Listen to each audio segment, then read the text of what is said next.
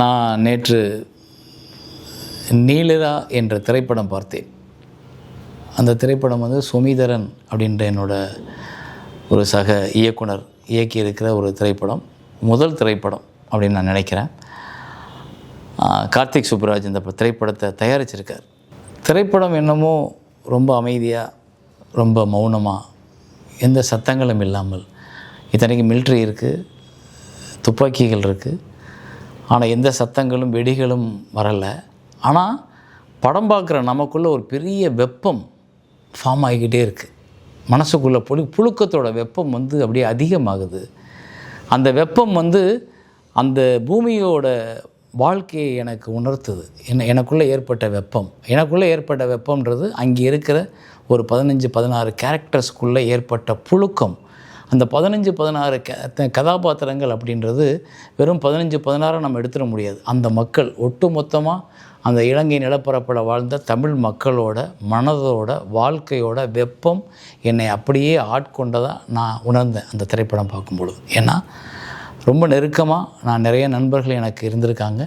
ரொம்ப நெருக்கமாக நாங்கள் அந்த கதைகளை கேட்டிருக்கோம். ஆனால் எனக்கு இந்த படம் ஏன் இப்போ ரொம்ப முக்கியமாக படுது அப்படின்னா, இலங்கை தமிழர்கள் யார், விடுதலை புலிகள் யார், இலங்கையில் ஏன் இந்த போர், எதற்காக போராட்டம், இந்த போராட்டத்தோட முடிவு என்ன, இது எதுவுமே தெரியாமல் இன்றைக்கி தமிழ் சமூகத்தோட அடுத்த தலைமுறைகள் வளர்ந்து வாழ்ந்துக்கிட்டு இருக்காங்க இல்லையா, அவங்களுக்கு இந்த திரைப்படம் பார்க்கும் பொழுது அந்த நிலப்பரப்பின் உண்மைத்தன்மை, எந்த இடத்துல எந்த போர் எப்படி நடந்தது, அங்கே உயிர் நீத்தவர்கள் எவ்வளவு பேர், ஏன் இந்த போராட்டம், அங்கே இருந்த மக்களோட வாழ்க்கை எந்த மாதிரியான ஒரு வாழ்க்கை இருந்ததுன்றதை ரொம்ப அழகாக ஒரே ஒரு இரவுக்குள்ளே ஒரு வீட்டுக்குள்ளே ஒரு 16 கதாபாத்திரங்கள் இருந்து, வெளியில் இராணுவம், உள்ள மக்கள், இவங்களுக்குள்ளே இருக்க அந்த அதாவது பெரிய கோபம் கிடையாது, பெரிய சண்டை கிடையாது. அவன் வெளில இருக்கான், இவங்க உள்ளே இருக்காங்க. ஆனால் ஒரு ஒவ்வாத வாழ்க்கை, அதாவது தனக்கு பிடிக்காத,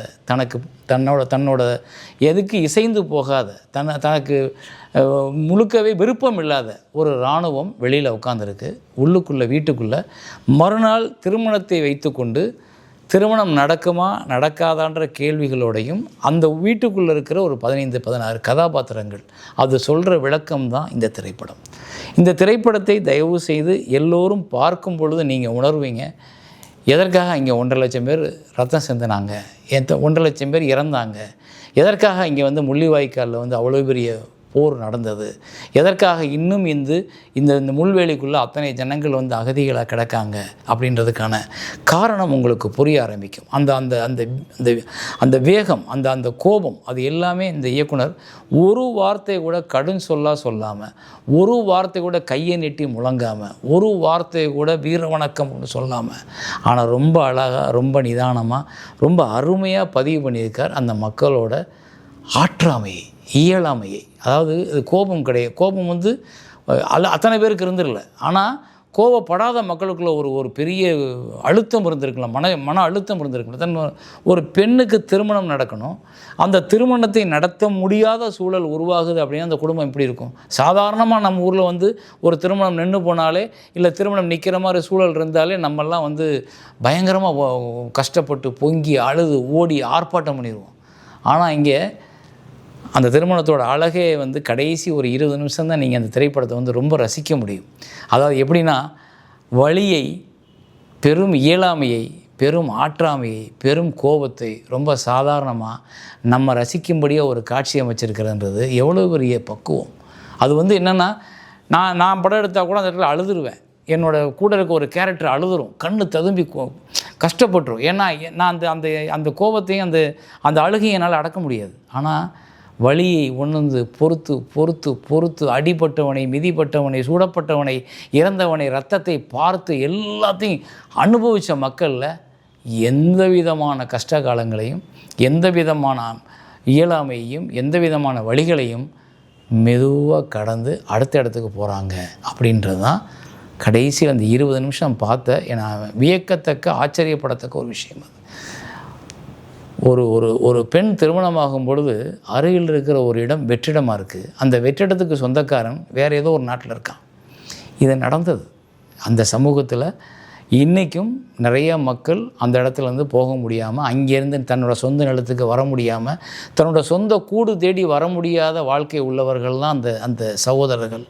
அவர்களை பற்றி இந்த கதையாக இருக்கிறதுனால ஒரே ஒரு இரவுக்குள்ளே இத்தனை கதாபாத்திரங்களையும் நம்மளோட இராணுவம், அதாவது இலங்கை பக்கத்து நாடு, அந்த நாட்டுக்குன்னு ஒரு சட்டத்திட்டங்கள் இருக்குது, அந்த நாட்டுக்குன்னு ஒரு அதிகாரம் இருக்குது, அந்த நாட்டில் ஒரு என்னோடய உரிமை வேணும்னு போராடுற என்னோடய மக்கள் இருக்காங்க.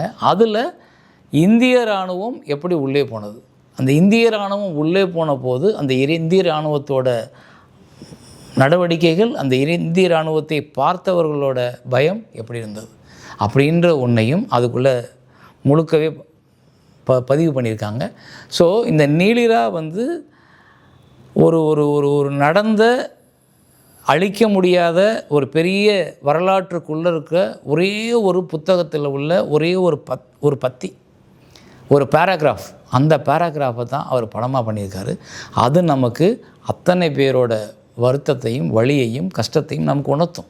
அதை பார்க்க முடிஞ்சது என்னால். ஸோ எனக்கு நான் இப்போ பார்த்த படங்களில் அந்த கடைசி 20 நிமிஷம் நம்மளை உட்கார வைக்கிறது இருக்குல்ல, எனக்கு ஆடி போயிட்டேன். அந்த கடைசி 20 நிமிஷம் என்னது அது வரைக்கும் அவர் ஓப்பன் பண்ணவே இல்லை. அது வரைக்கும் அவர் வந்து மக்களோட வழியை சொல்லியிருக்காரு. கல்யாணம் நடக்க போது, நிற்க போது, கல்யாணம் நடக்குமா நடக்கன்ற கேள்வியை தான் சொல்லிட்டு இருந்தார். அந்த வீட்டுக்குள்ளே ஒரு தங்கை இருந்தாங்க.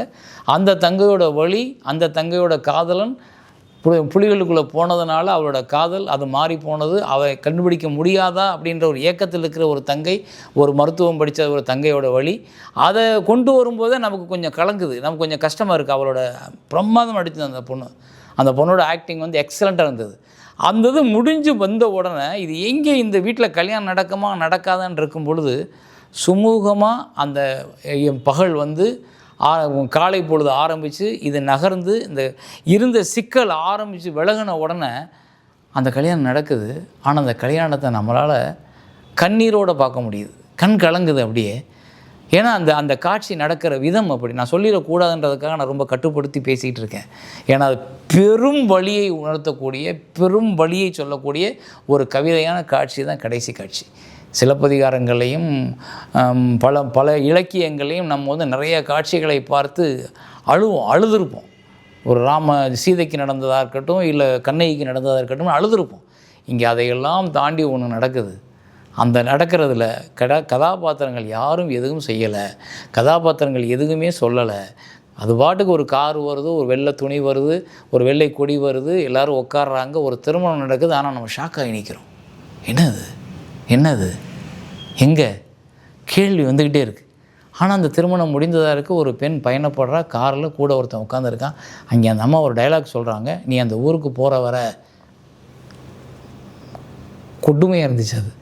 ஆனால் அதைத்தான் அந்த சமூகம் கடந்திருக்கு, அதைத்தான் அந்த சகோதரர்களும் சகோதரிகளும் கடந்திருக்காங்கன்றப்போ வலிக்குது. நம்ம எங்கேயோ தவறு பண்ணிட்டோமோ இந்த சமூகத்துக்கு அப்படின்ற இயலாமை நமக்கு தொத்திக்கிறது.